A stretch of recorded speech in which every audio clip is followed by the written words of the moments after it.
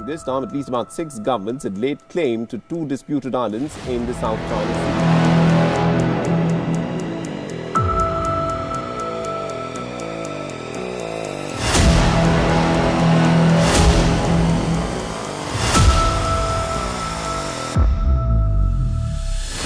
Nations and China said to have reached an agreement to begin negotiations.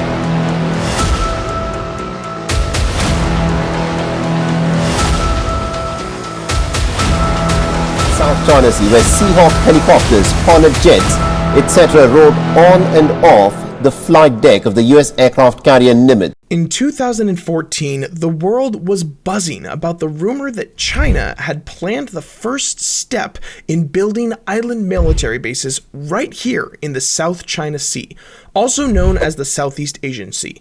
The U.S. Army experts believed that this action would be a signal for launching World War III by lessening the distance between it and America, and then being the only influence in the world. And soon, the rumor that all the world was afraid of will no longer be only a rumor.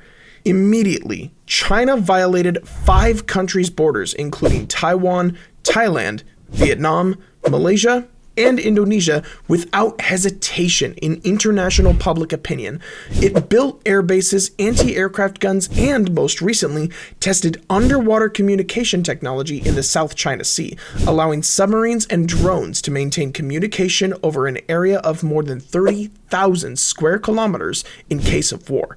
How foolish, because what President Xi Jinping said in 2021 is totally opposite. He claimed that China resolutely opposes hegemonism and power politics and absolutely will not bully its small neighbors. Why has China spread its ambitions into the Southeast Asian Sea so much? What tricks has it used to lie to the rest of the world? First, let's find out the potential of this part of the sea for which China can't stop its hunger. 1. The critical position of the Southeast Asian Sea as the heart of the world. The Southeast Asian Sea is a marginal sea in the Pacific Ocean bounded by South China, the Philippines, Vietnam, Thailand, Taiwan, Malaysia, and Indonesia. This ocean area is estimated to contain 11 billion barrels of oil, 190 trillion cubic feet of natural gas, 1/3 of the whole marine biodiversity system, and 10% of the world's fisheries resources. Even more importantly, roughly 30% of the global maritime trade passes through the South China Sea to the highly trafficked ports in Southeast Asia. Specifically, around $3.37 trillion worth of global trade passes through this region annually. The reason is that the main route to and from the Pacific and Indian Ocean ports is through the Strait of Malacca and the South China Sea. Generally, oil and minerals move north and food and manufactured goods move south.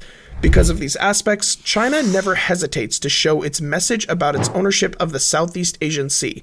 Its vessels will be engaged in dangerous and escalator encounters with those of other states regularly throughout 2022. What would happen if the Southeast Asian Sea belonged to China in the future?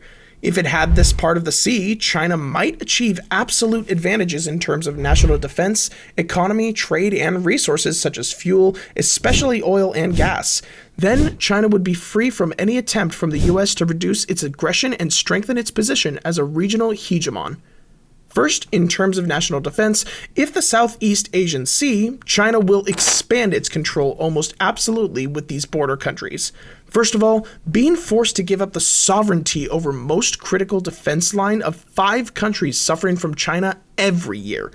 The military control in the South China Sea helped China prevent spy activities at sea, create new vulnerable points for regional and American countries, and create a precedent for violating the Convention of the United Nations on the Law of the Sea and the Rules of Freedom of Navigation.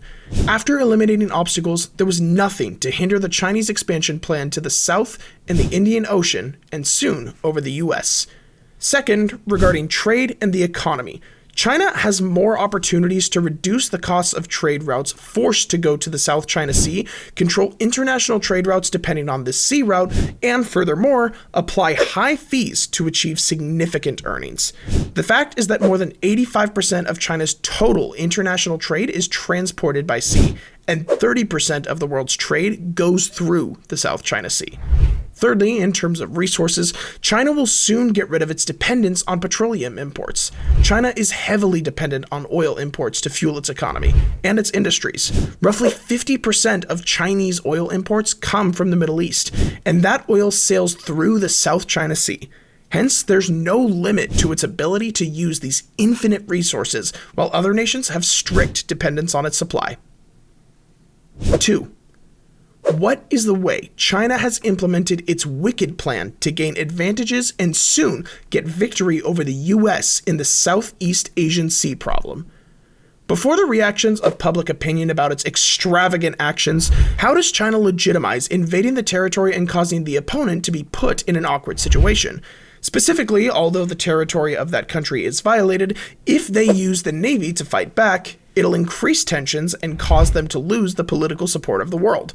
But if they do nothing, their sovereignty will enter Beijing, and they will lose administrative control at sea. China may have acted in a hurry to assert itself and overcome the control of the United States quickly, but they are also extremely dangerous when creating tricks. One of them is the cabbage strategy. During a territorial dispute, China first brought fishing vessels to the region, followed by seagoing vessels and warships. It uses a class at each suitable time while tightening more to spread Beijing's claim. Although China is an infringer that doesn't care about international law, it has an excuse to slander the country that is being sabotaged. The success of this strategy lies in the image of fishing vessels that can be interpreted as a form of spontaneous peace struggle from the enthusiasm of the people. The Financial Times quoted Liang Ya Pai, a Chinese fisherman, when he stood on a ship that was parked in Hanin port. "We overcome the boundaries on the sea a lot. Otherwise, how can we have enough fish?"